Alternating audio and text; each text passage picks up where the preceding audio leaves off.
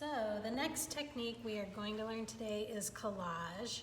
And so what I've done so far is I've gone ahead and I pulled 4 sheets of paper, and the paper on there today is a mixture of hemp and also some recycled paper.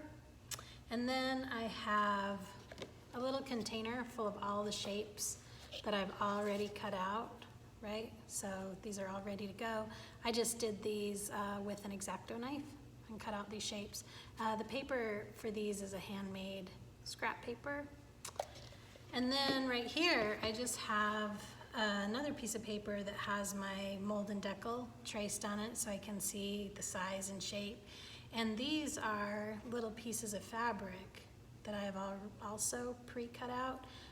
These are like a hand-dyed tie-dye scraps. And I like to lay these out on this piece of paper because then I can sort of move things around and play with the composition before I start gluing anything down. One thing about this method when you're working on wet paper, you've only got sort of one shot to put the pieces where you want them.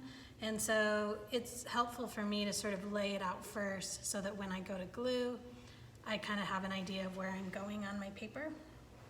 I also have just some PVA in a container, and I have a couple of brushes. And these are just old brushes that I'm going to use for glue today. And before I start gluing with my brushes, I always dip them in water first.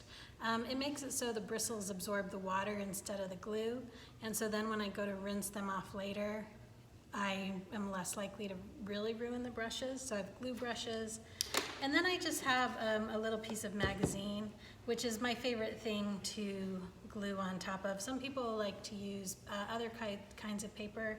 I like the magazine. So the first one that I'm going to do today, here's my cutout paper, and it's going to go on this paper that I've already pulled. So what I'll do with this is I'll flip it over upside down onto my magazine, and then I'm going to hold on to this pretty firmly and just start putting glue all over the back. And so the reason why I want to hold on to this firmly is I don't want it to slide all over the place while I'm gluing it, because I want the glue to just be on the back side. Don't get it on the front. And so what I'm going for when I add glue to these is I want to have glue everywhere so there are no spots that don't have glue. But I'm also, just because I'm using a brush, I'm able to get like a really even coat of glue.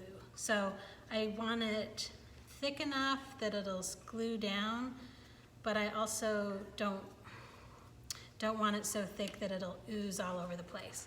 So once I've got an even coat of glue on this, I can just peel it off the magazine, and I can place it where I want it to go for my collage.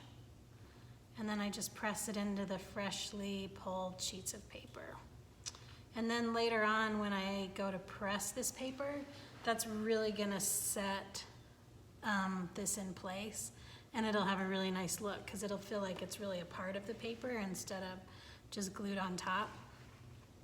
Sometimes when these things come out of the dry box, they might have come apart, and so you can always add more glue later and reattach something if it needs to stay. So I'm just going to continue gluing these parts until I've finished all 4 of my collages.